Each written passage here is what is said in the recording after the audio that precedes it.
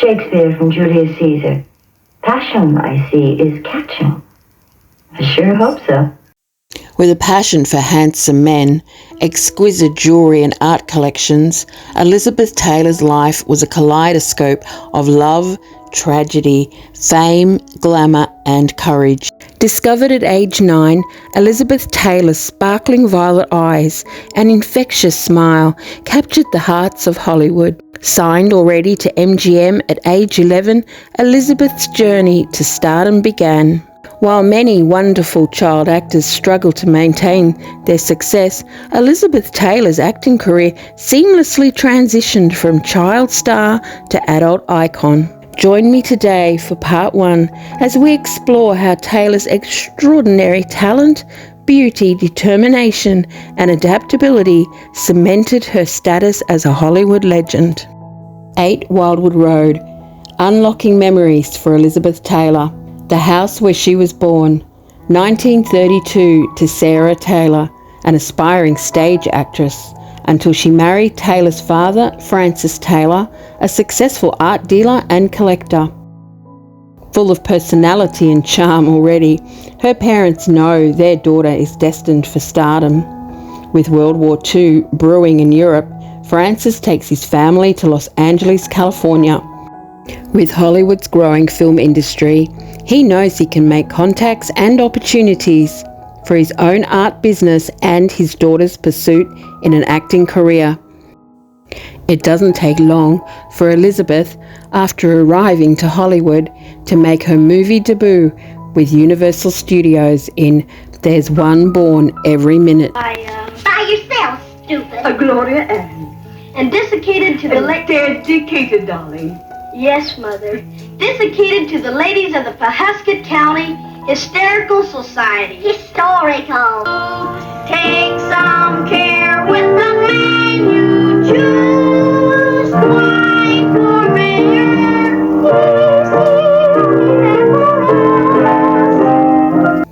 Another early small part she plays is in the movie Jane Eyre. While living in the orphanage, she plays Helen, showing the frightened little Jane some kindness.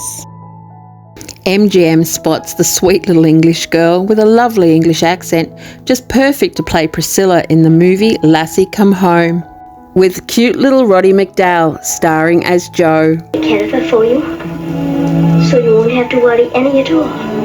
Come along, Joe, lad. Thank you. Thank you very much. Poor Lassie.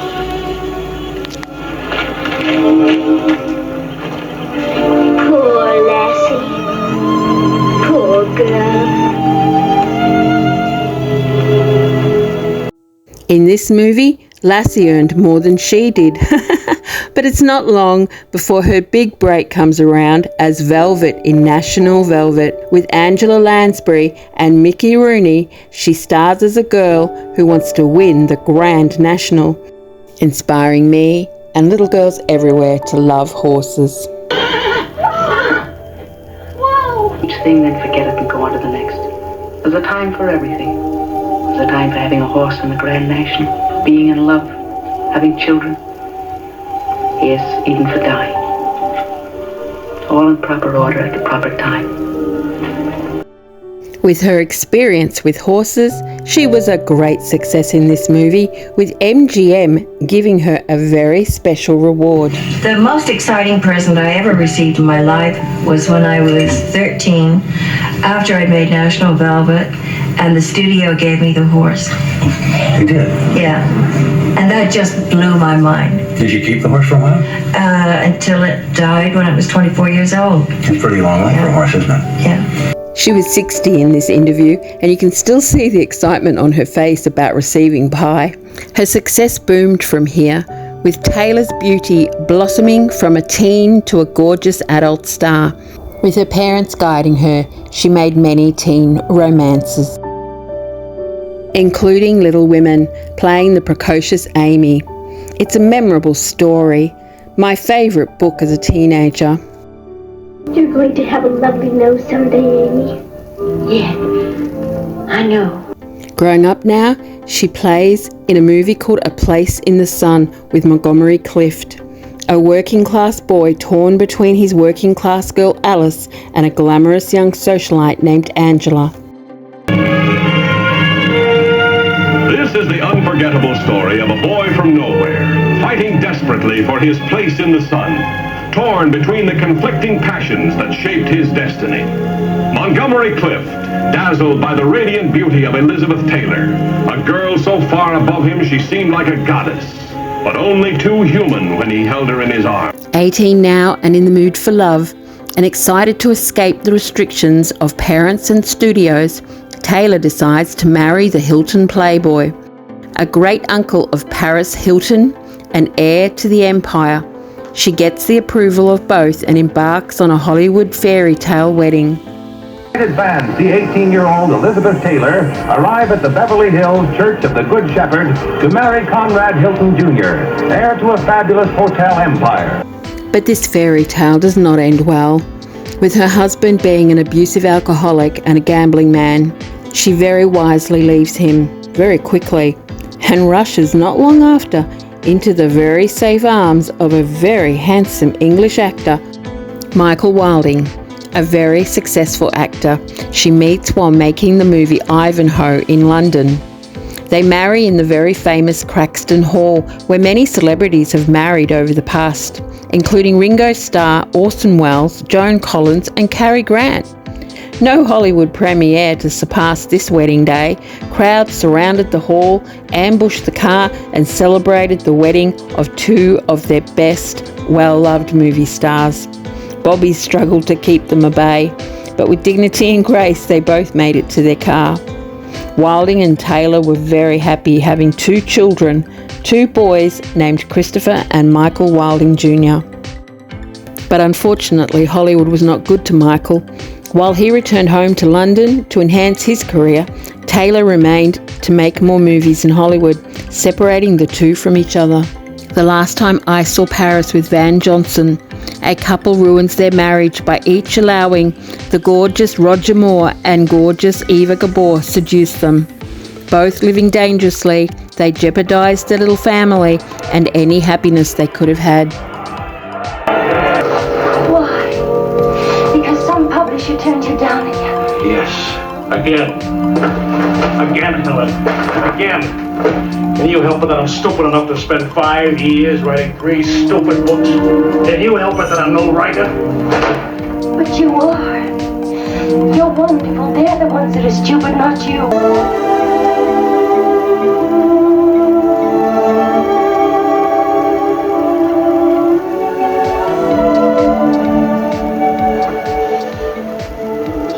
My umbrella.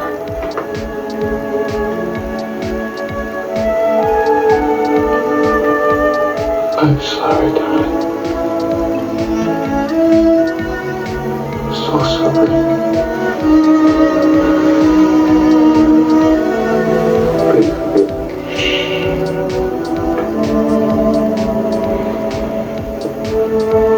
Take care of Vicky. Vicky make the same mistakes.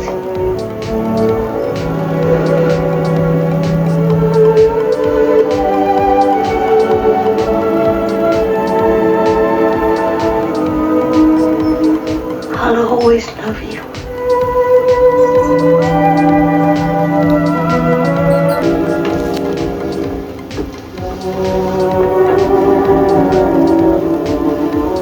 Please, Mr. Wills.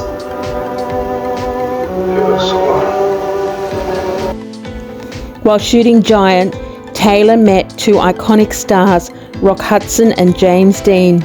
The story goes, one memorable night, Taylor, Rock and James spontaneously decided to sneak out of their respective homes and meet at the iconic Schwab's Pharmacy on Sunset Boulevard. Over milkshakes and laughter, they shared stories of their rising careers and personal struggles too. Elizabeth recalled their vulnerable sides, especially James Dean, while Rock gave her advice on navigating the film industry. They made a pact to support each other through the highs and lows of Hollywood. This bond remained unbroken. However, James Dean tragically passed away in a fatal car crash. leaving the young Elizabeth devastated and extremely ill. Though over later years, Elizabeth often reflected on the fun days spent with these two icons. With a strong resilience and a second divorce on the horizon, Elizabeth kept working, making Raintree country with her good friend Montgomery Clift. It was during the period that Mike was producing 80 Days that I became part of his life. I'd seen Mike at several parties and knew him. It was fun being with him. I was attracted to him, but not overly. The day after my separation from Michael Wilding, Mike called me and said he had to see me right away. He just told me. I mean, that was all it was to it. He said I was to meet him at MGM at 2:30 and to meet him outside the administration building. So I waited. It was 10 minutes late, 15 minutes, 20 minutes, half an hour. I thought, oh. And I didn't really want to leave, so I went into the administration building and I left a message that I would be in one of the vice president's offices, Benny Thorpe. So I went upstairs and I was sitting in his office and I had my feet on the table and was sipping a Coke. And Mike charged in, I mean, rather like a bull. He just charged in without saying a word to anyone. And he came over to the table and he grabbed me by the arm, still without saying a word, just dragged me out of the office, down the corridor, shoved me into an elevator, still not speaking, marching me along another corridor, breaking my arm. We went into a deserted office. He sort of plunked me down on the couch, pulled a chair around, started in on a spiel that lasted about an hour and a half without a stop, saying that he loved me and that there was no question about it, but we were going to be married. Well, I just sort of looked at him and, well, I guess rather the way a rabbit looks at a mongoose, I was absolutely sort of hypnotized. All kinds of thoughts were going through my mind. I thought, well, he's out of his mind. He's stark raving mad.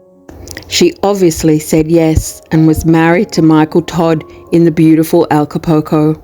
Good friends Debbie Reynolds and Eddie Fisher accompanied them. A younger married couple, famous teen idols of the time, were best man and maid of honor. Honeymooning in the sun and surf and beaches of Acapulco, Elizabeth found a new sense of peace. Very much in love, she finally found happiness enjoying the many sights to see. Michael and Elizabeth were full of joy, exuberance and adventure together, enjoying each other's company and enjoying the common interests of fine jewellery and fine art collecting, buying many pieces of memorabilia from their travels. Well, I think he's the nicest person I've ever lived with.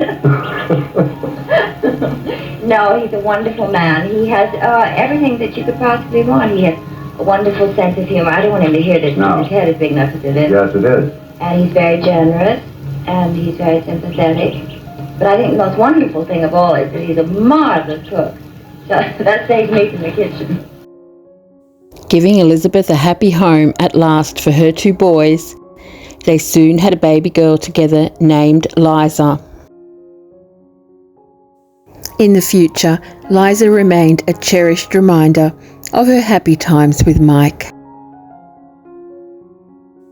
They both had a mutual sense of adventure, out and about with their friends and having fun. Attending industry events, Mike was a producer, just completed his movie Around the World in 80 Days. He gave her a lavish birthday bash for her 25th birthday. Everything was large scale with Mike. The party was at Madison Gardens, New York. She was amazingly happy. They had a mutual enjoyment of flying. Mike bought a plane and named it the Liz. They loved it so much they'd just made an ad with Transworld Airlines. Mike was flying out on his plane for an event, his movie. Elizabeth was too ill to go. She was laid down with a virus. When tragedy hit, Mike's plane went down near Grants, New Mexico. She attended the funeral on the arm of her brother. She could barely walk. She was devastated. This left her a widow at the tender age of 26 with 3 children. Doctors were at her side. Elizabeth was in total shock, not coping, and with 3 children. Her friends Debbie and Eddie came over to help and console her. Debbie explains what happens thereafter. I heard the news about Mike's plane crash and no survivors, so I quickly awakened Eddie and I said, you have to go right away. So we both went to Elizabeth's house, and the doctors had just gotten there and they just told her, and she was screaming and it was just awful. And so I said to Eddie, you should stay because I'll take the children and take them home, because now the press is swarming all over her house. I left with the nurse and the 2 children. I might have been 2 nurses at that time, and I took them home to my house, which wasn't far away. And Michael Wilding flew in that day, and he stayed with me too. I had everybody at my house, and my husband was with Elizabeth and stayed with Elizabeth. But he was great comfort to her, and I was happy for that. And then she had to go to New York, and then he said he had to go for work. But he really went to be with Elizabeth, which I found out. And realized that there was something going on seriously there. And of course that's very hard. And I was 24, I think, and I had 2 children. So that was a very difficult time. And anyone in any public life knows that when they're all over you, the press can be without a heart. They just want that story and they don't really care how they get it. And when she married Mike, I was her matron of honor. Down in Acapulco, I washed her hair, I set her hair, and got her all dressed for her wedding. Little did I know what the future was going to be. And I really liked Elizabeth, and I liked being with the 4 of us. Had a lot of fun together at that time. So what comes about in life, and now it's long in the past, but that's how all that started. But I like Elizabeth. She's changed a lot, and she works very hard now for AIDS, and she has a different attitude. After all, she has survived death 6 or 7 times. So God wanted her to stay, perhaps just to do this wonderful work. Debbie Reynolds went on to handle the situation with great dignity and sometimes humour. The 2 women reconciled. They remained friends for the rest of their lives. With 2 children to raise and support, Elizabeth Taylor found the resilience to work again, making the famous cat on a hot tin roof. Maggie, the cat is alive! I'm alive!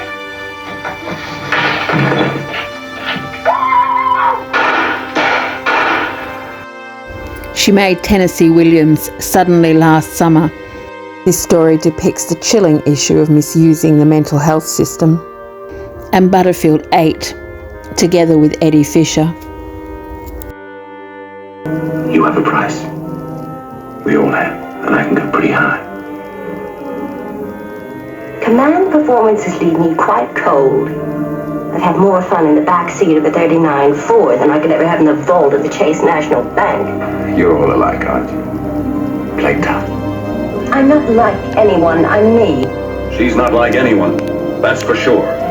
Only the bold and candid pen of John O'Hara can tell her story. Only Elizabeth Taylor can live it, surpassing even Cat on a Hot Tin Roof and Suddenly Last Summer in a portrayal that enhances her stature as one of the screen's great dramatic actresses.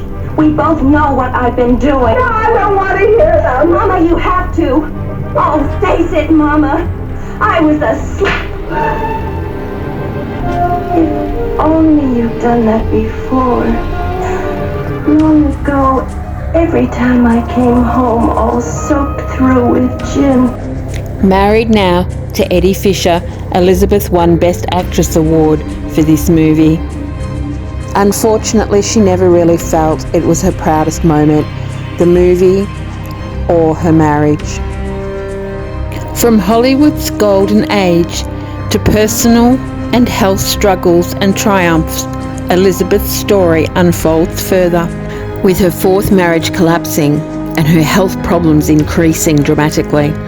Keep a lookout for part 2 and join me as we see her rise from the ashes like a phoenix again. We'll explore the Cleopatra era, her turbulent loves and marriages, how with great resilience and flair she builds her own empire and champions a great cause. With a quick look at her magnificent jewellery and exquisite art collections, we will explore how she chooses to live out her last chapter of her extraordinary life as an inspiring actress and woman.